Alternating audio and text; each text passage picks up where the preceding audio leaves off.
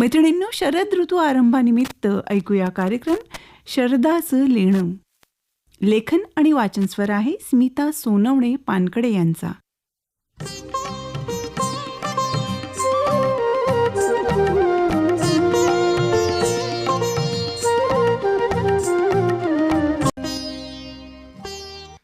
सब गलियां निर्मल भई, पावन शरद ऋतु आई है.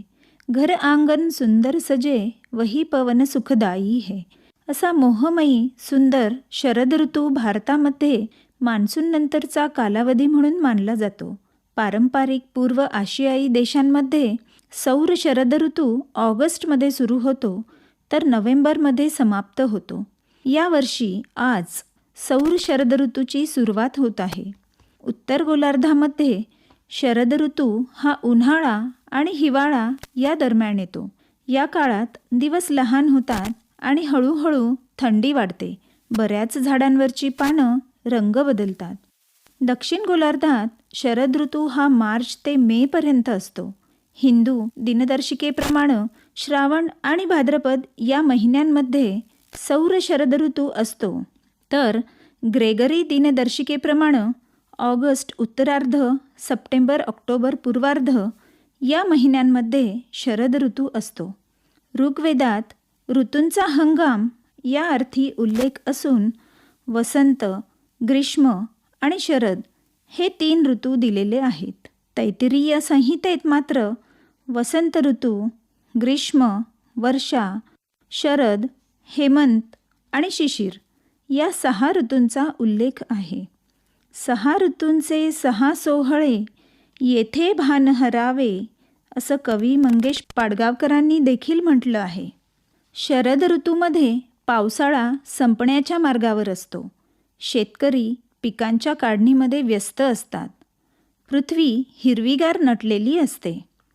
कित्येक कवींनी शरदाच्या चांदण्यांवर कविता केलेल्या आहेत.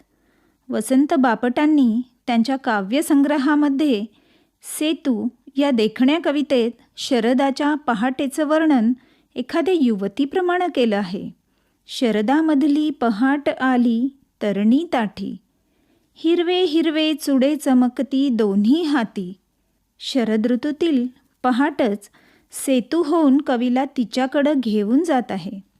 कवी म्हणतात, ही शरदाची पहाट की तेव्हाची तू, तुझी या माझी यामध्ये पहाटच झाली सेतू.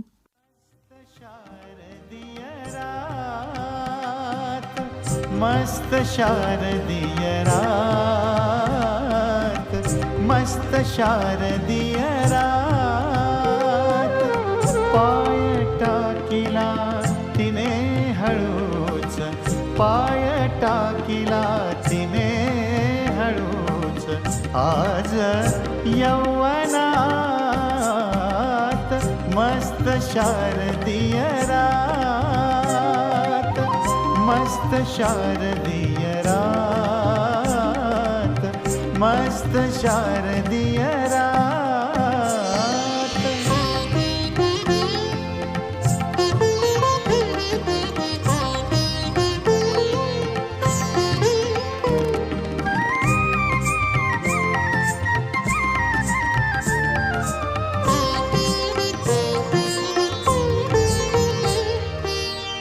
स्पर्शिताच सहज पाय, पारिजात हा फुले.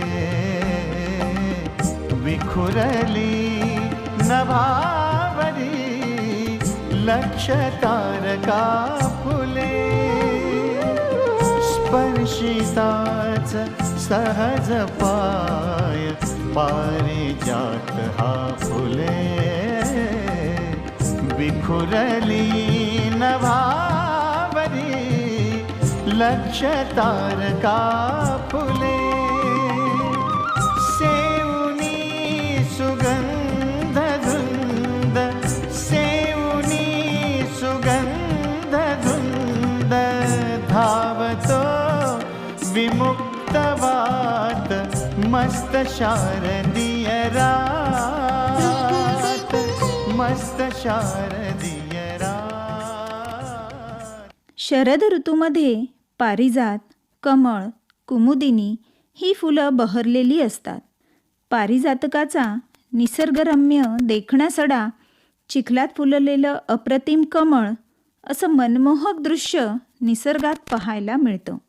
भारतीय संस्कृतीत ऋतुमानानुसार सण साजरे करण्याची प्रथा आहे. वेगवेगळे सण, त्या सणानिमित्त केले जाणारे पदार्थ हेही ऋतुमानानुसार असतात. या ऋतूमध्ये शारदीय नवरात्र, दसरा, कोजागिरी पौर्णिमा, दिवाळी हे सण येतात. शारदीय नवरात्रात आपापल्या कुलाचाराप्रमाणे घटस्थापना करून 9 दिवस उपवास करतात. तसंच अखंड दिवा देवीजवळ तेवत ठेवतात. 9 दिवस भजन पूजन, होम हवन, पूजा अर्चा, कन्या भोजन आदी उपासना केली जाते. 10व्या दिवशी विजयादशमी म्हणजेच दसरा साजरा केला जातो. याच ऋतूमध्ये कोजागिरी पौर्णिमा देखील येते. कोजागिरी पौर्णिमेला शरद पौर्णिमा सुद्धा म्हणतात. या दिवशी चंद्र पृथ्वीच्या अधिक जवळ येतो आणि या दिवशी पडणारी चंद्रकिरणे आरोग्याच्या दृष्टीनं चांगली असल्यामुळं चंद्रकिरणांनी युक्त दूध प्यायला देतात. आपला सर्वात महत्त्वाचा सण दिवाळी देखील शरद ऋतूत येतो. वसुबारस, लक्ष्मीपूजन, बलिप्रतिपदा, भाऊबीज हे सर्व दिवस दिवाळीत साजरे केले जातात. घरासमोर रांगोळ्या काढून निरनिराळे फराळाचे पदार्थ बनवून घराबाहेर दिवे लावून आकाशकंदील लावला जातो. मुलं किल्ला सजवतात. सर्वत्र उत्साहाचं वातावरण असतं. शरद ऋतू हा दुसरा श्रेष्ठ ऋतू मानला जातो. पहिला श्रेष्ठ ऋतू हा ऋतुराज वसंताला म्हणतात. आशीर्वाद देताना देखील जीवेत शरदम शतः असं म्हटलं पाहिजे, म्हणजेच 100 शरद आयुष्य लाभू दे. महाकवी कालिदासांनी देखील शरद ऋतूच्या आगमनाची खूण सांगितली आहे. शरद ऋतू सुरू झाला त्यानं पुंडरीक रूप छत्र आणि काश तृणरूपी चामरं धारण केली आहेत. पुंडरीक हे कमळ पावसाळा संपला की फुलू लागतं. काश नावाच्या तृणास फुलं येतात, ती शरद ऋतूमध्येच. कालिदासांचं शरदातील निसर्गवर्णन तर अप्रतिमच. शब्द, रस, रूप, गंध, अनुभूतींनी परिपूर्ण असलेलं. कालिदास म्हणतात, प्रिये, चंद्राच्या शीतल चांदण्यानं रात्रीस हंसाच्या उज्ज्वलतेनं नदीस, पुष्पानं तलावास, फुलांनी भारलेल्या वृक्षांनी वनास आणि मालतीच्या पुष्पांनी वृक्षांना धवल केलेलं आहे. चांदी, शंख आणि कमळाप्रमाणे पांढरे असलेले ढग पाऊस पडून हलके असल्यानं वेगानं शेकडोंच्या संख्येने पळत आहेत असं वाटतं. बंदूक फुलांच्या लालीनं जमीन लाल बनते. साळींच्या डोलणाऱ्या पिकांचा भूभाग आणि हिरव्यागर्द टेकड्या पाहून कोणाचं मन विचलित होणार नाही बरं. मंद पवनानं हेलावणारं झाड, नवजात कळ्यांनी भरलेला आणि भुंग्यांनी मधुर पान चालवलेला रसदार असा कोविद वृक्ष पाहून कोणाचं हृदय विदीर्ण होणार नाही बरं. नक्षत्ररूपी श्रेष्ठ अलंकार, मेघाच्छादित चंद्रमुखांची ज्योतीचं निर्मळ वस्त्र परिधान करणारी ही शरद रजनी एखाद्या बालिकेप्रमाणे रोज वृद्धिंगत पावत आहे. कारव पक्ष्यांचा खंडित असा आवाज, कदंब आणि पारस वृक्षांच्या वनातून वाहणारी नदी हंसाच्या कालरवाप्रमाणे माणसाला प्रसन्न करते. डोळ्यांना सुख देणारा, शीतल लहरींना शिंपडणारा चंद्रवियोगातील युवतींना विषारी बाणाप्रमाणे जाळीत आहे. साळीच्या धान्याच्या राशींना थिरकवणारा, फुलांच्या भाराने वाकलेल्या झाडांना हलवणारा, विकसित कमलवनास कुमुदिनीसह हेलकावे देणारा वारा खरंच विलोभनीय आहे. सुंदर चंदेरी रात्री स्वप्नांचा झुलत झुला, थंड या हवेत घेऊन कवेत साधना तुला गमला, साधणारे मोहणारे ऐकणारे, तुझ्याच साठी रे तुझ्याच साठी जागे सोया रे मी सांडिले पाठी तुझ्याच साठी रे तुझ्याच साठी जागे सोयरे मी सांडिले पाठी शारद सुंदर चंदेरी राती स्वप्नांचा झुलत झुला थंड या हवेत घेऊन नको वेत सारण झुलव मला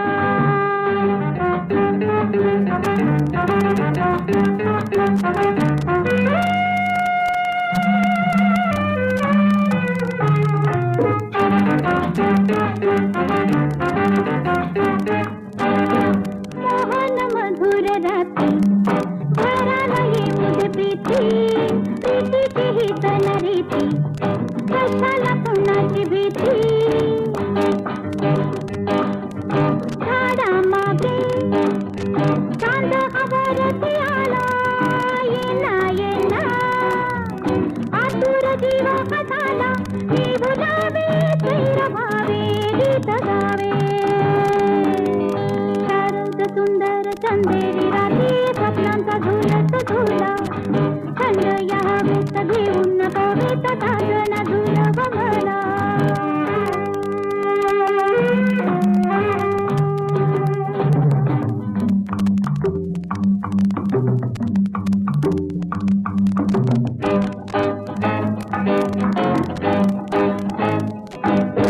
वाऱ्यात लहर मंगल फुलांचा मादक गंध मगर चमेली कुंद दिवाला करीती धुंद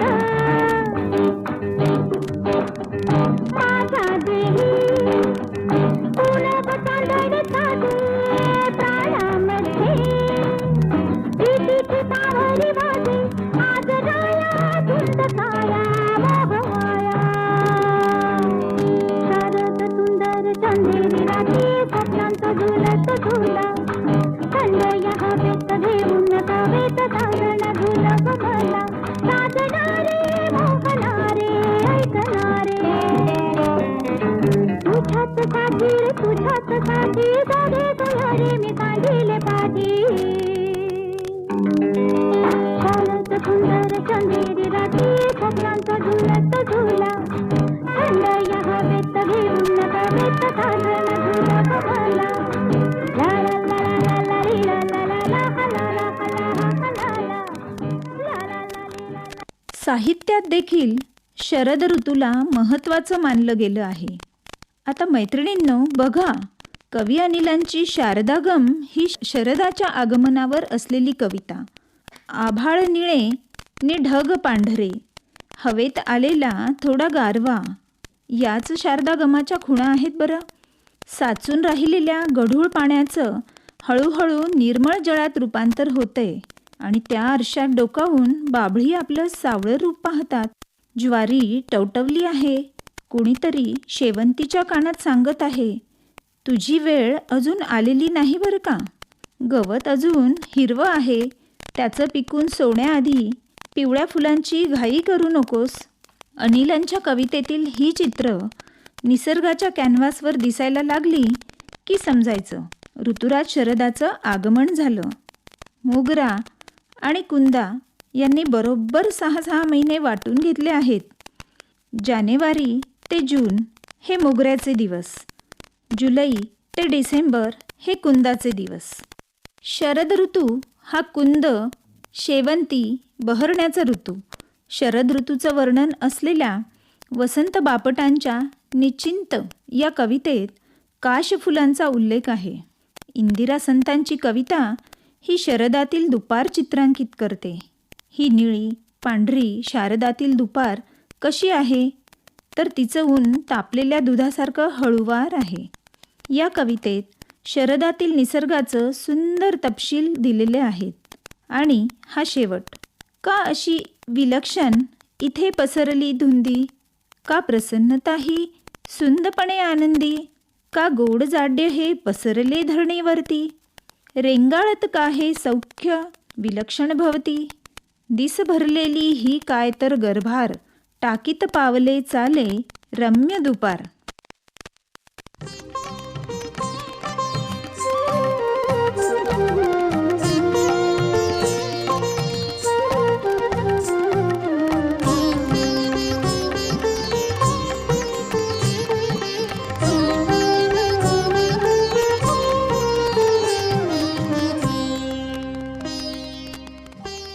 मैत्रिणींनो, बरं का, मराठी कवींप्रमाणे संस्कृत कवींनाही शरद ऋतू तितकाच प्रिय आहे. महाकवी कालिदासाला तो रूपरम्या नववधूसारखा टवटवीत वाटतो. किरातार्जुनीय या भारवीच्या महाकाव्यात यक्ष अर्जुनाला म्हणतो, हे अर्जुना, हा शरद ऋतू फलदायक असून तो परिश्रमाचा बदला फुलांच्या रूपानं देतो. पूर्णता आणि परिपक्वता यांची प्रतिमा होऊन शरदातल्या मेघांनी धुतलेलं आकाश रवींद्रनाथ टागोरांच्या अनेक कवितांमधून येतं. मैत्रिणींनो, पु ल देशपांडे यांनी त्यांच्या मुक्काम शांती निकेतनमध्ये आश्रमातल्या शरद ऋतूचं वर्णन केलं आहे. मैत्रिणींनो, आता जरी आभाळ दाटलेलं असलं तरी हे साधारण महिनाभर असेल, परंतु नंतर मात्र आकाशातील निळाई हळूहळू स्पष्ट आणि गडद होते. तारांगण निरखावं ते शरदाच्या रात्रीच. या रात्रीही मोठ्या असतात. इतर कोणत्याही ऋतूंना रात्रीच्या सौंदर्याचं हे वरदान नाही. म्हणून तर कालिदासांनी या ऋतूतील रात्रींना ज्योतिष्मती रात्र असं म्हटलं आहे. शरदात येणारे सण देखील रात्रींशी निगडीत आहेत. कोजागिरी पौर्णिमा, त्रिपुरारी पौर्णिमा आणि दिवाळी हे रात्रीचेच उत्सव आहेत. शरदाच्या चांदणीवर कवी सुमित्रानंदन पंत यांची सुंदर कविता आहे. शरद चांदणी विहस उठी मौन अतल, निलिमा उदासिनी आकुल सौरभ समीर. शरद ऋतूच्या चंद्रकलेचे कोवळे अमृतकण चकोर चाखतो. याचं सुंदर वर्णन ज्ञानेश्वरीच्या पहिल्या अध्यायात येतं.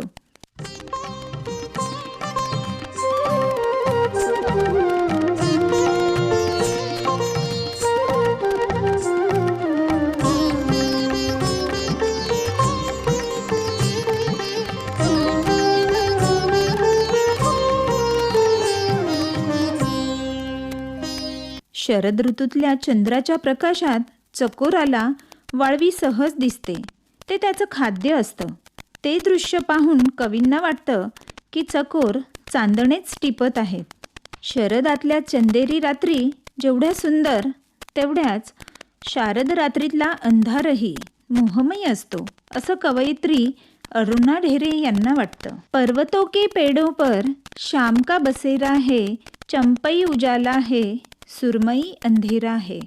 हे साहिरचं वर्णन एखाद्या शारद सुंदर रात्रीलाच उद्देशून असलं पाहिजे. सुरम्यासारखा अंधार, वाह, सलाम त्या कविकल्पनेला.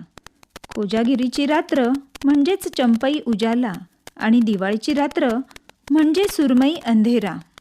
शरद ऋतूचं आणखी एक वैशिष्ट्य म्हणजे तिन्ही ऋतूंचा त्यात झालेला संगम. पावसाळ्याच्या 27 नक्षत्रांपैकी 3 नक्षत्र शरद ऋतूत येतात. दसऱ्याच्या सीमोल्लंघनावरून परत येताना सोबत येतो तो हिवाळा आणि याच शरद ऋतूत विश्वामित्राचा उन्हाळा देखील येतो. मैत्रिणींनो, त्याला आपण ऑक्टोबर हीट म्हणतो बरं का. पावसाळा, उन्हाळा, हिवाळा यांचा त्रिवेणी संगम म्हणजेच शरद ऋतू. चला तर मग या 6 ऋतूंचे 6 सोहळे अनुभवताना आपण स्वागत करूया येणाऱ्या शरद ऋतूचं. या जन्मावर या जगण्यावर शतदा प्रेम करावे, शतदा प्रेम करावे, शतदा प्रेम करावे. या जन्मावर या जगण्यावर शतदा